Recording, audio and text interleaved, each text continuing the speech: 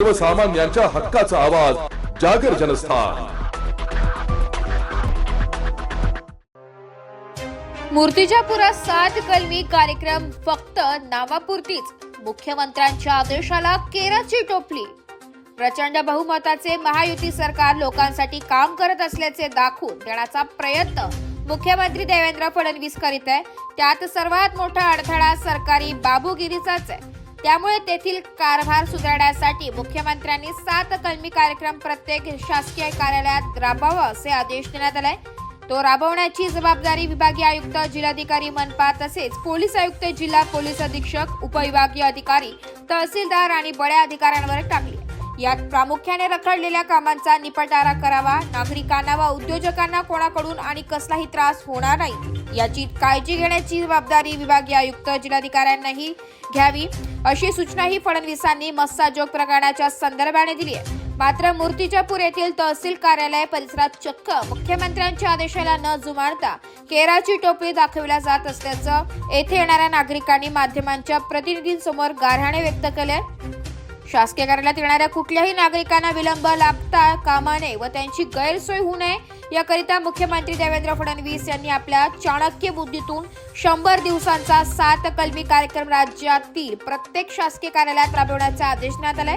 या अनुषंगाने मूर्तिजापूर येथील सर्व शासकीय कार्यालयांची पाहणी करण्याकरिता अकोल्याचे जिल्हाधिकारी अजित कुंभार यांनी पूर्वनियोजन बैठकी घेतली। परंतु मूर्तिजापूर येथे विविध शासकीय कामांकरिता ग्रामीण भागातून येणाऱ्या नागरिकांची मोठी गर्दी कायम असते। त्यात संजय गांधी निराधार योजनेच्या पेन्शन्सच्या नागरिकांची भली मोठी गर्दी येते। इथे असताना प्रशासनाच्या वतीने कुठलेही नियोजन होत नसल्याने तडपत्या उन्हात नागरिकांना इतरत्र आसरा घेत तासनतास तात्काळ बसावे लागत असल्याचं काही नागरिकांनी माध्यमांशी प्रतिनिधींशी बोलताना सांगितलंय। विशेष म्हणजे यात ज्येष्ठ नागरिकांचा जास्त समावेश असून या गांभीर्याकडे व नागरिकांच्या तक्रारीकडे जिल्हाधिकारी जातीने लक्ष घालून समस्या सोडवतील का याकडे सर्वसामान्य नागरिकांचं लक्ष लागलंय। एकीकडे प्रशासनाच्या वतीने मुख्यमंत्री देवेंद्र फडणवीस यांच्या आदेशानुसार 7 कलमी कार्यक्रम राज्यात राबवण्यात येत आहे। या 100 दिवसांच्या कार्यक्रमाअंतर्गत जर बघितलं तर नागरिकांना कुठल्याही प्रकारची असुविधा होऊ नये याकरिता प्रशासन कटिबद्ध राहावं असे मुख्यमंत्र्यांच्या वतीने प्रत्येक जिल्ह्याच्या जिल्हाधिकारी असतील यांना आदेश देण्यात आलेले आहेत। मात्र आज आपण बघू शकता मूर्तिजापूर तहसील कार्यालय परिसरामध्ये जर बघितलं तर विविध कामांकरता येणाऱ्या ग्रामीण विभागातून नागरिकांची या ठिकाणी आज मोठी गर्दी पाहायला मिळत आहे।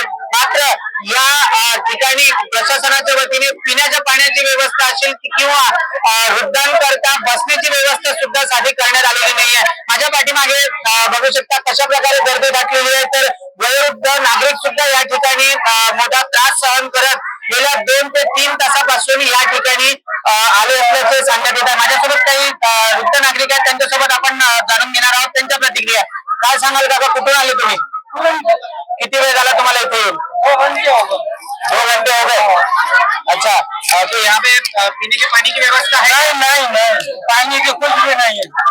बैठने के लिए? बैठने के कहाँ, लाइन में खड़े हैं, लाइन में खड़े ना।